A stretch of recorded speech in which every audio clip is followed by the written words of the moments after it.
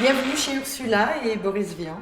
L'histoire de cet appartement, on ne peut pas la raconter si on ne raconte pas d'abord l'histoire finalement du quartier.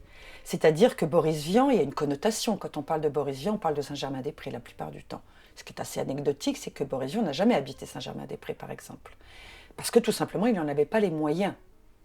Ça, on l'oublie souvent. Et puis, il continue de ne pas avoir les moyens. Donc, finalement, il va se retrouver dans ce quartier, qui est un quartier aussi extrêmement célèbre, puisque c'est le quartier Montmartre 3. Mais c'est un quartier où on ne va pas lui demander les mêmes garanties financières. L'appartement, il l'a en plusieurs fois, en fait. Il arrive d'abord dans un appartement qui est 2 pièces. Il y a un salon, il y a une chambre bien sûr qu'il partagera avec son épouse, sa future épouse Ursula Vian-Kubler, et puis une petite kitchenette, et puis des petits sanitaires. L'endroit a été relativement revu pour que ce soit habitable, parce que c'était des anciens endroits de stockage pour le Moulin Rouge.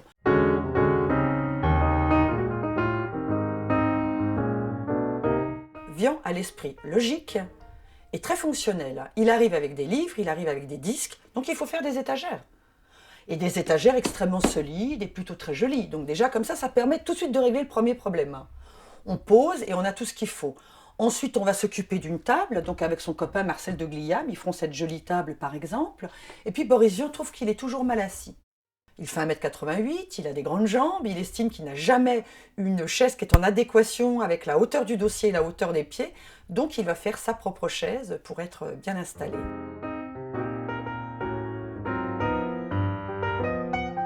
C'est très riche et très vivant ici.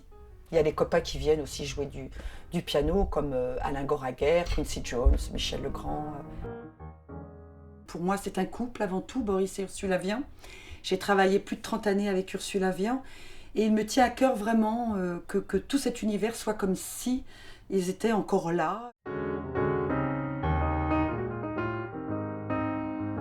Un petit chameau qu'Ursula a ramené lors d'un voyage, une paire de jumelles, ça peut toujours servir quand on va au théâtre, une burette qui distribue de l'huile, parce que quand on est bricoleur, ça peut toujours servir. Ça, c'est un piston d'une vieille voiture, par exemple. Le temps toujours présent dans cette maison, parce qu'il est vrai que Boris Vian, lorsqu'il est dans cette maison, le temps lui est compté. Le temps lui est compté, chaque minute, chaque seconde, il sait que c'est peut-être la dernière.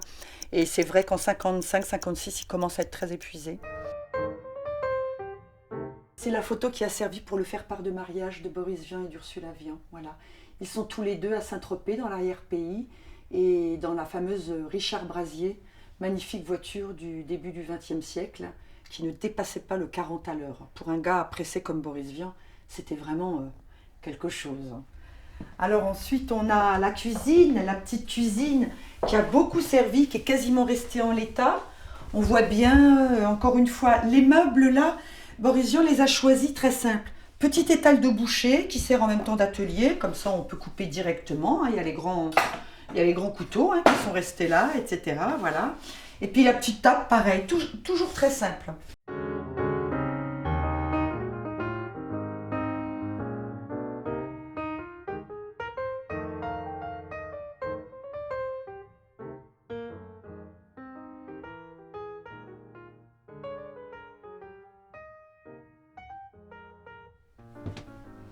On arrive à ce petit bout d'appartement. Il y avait, paraît-il, ici une cartomancienne qui recevait le tout Paris.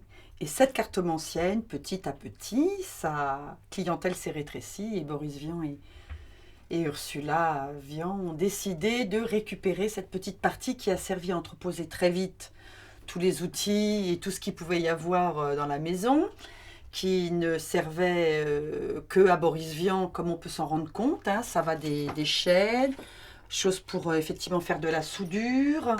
On a voilà tout ce qui était tout un tas d'outils, etc. De scies, toutes sortes de scies très précis, ingénieurs, donc 3 scies, 12 burins, etc., etc. C'est resté comme cela et Ursula Vian n'a jamais eu envie de changer en fait cette atmosphère.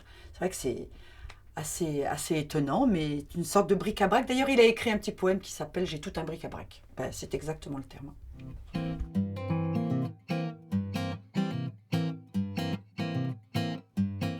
Il faut savoir que dans cet appartement, bien sûr, jusque dans les années 70-80, il y avait des milliers et des milliers de documents qui appartenaient à Boris Vian, que j'ai mis 12 années à classer, à organiser. Et en fait, j'avais envie de raconter la vie de Boris Vian en images, hein, si je puis dire, en dessin.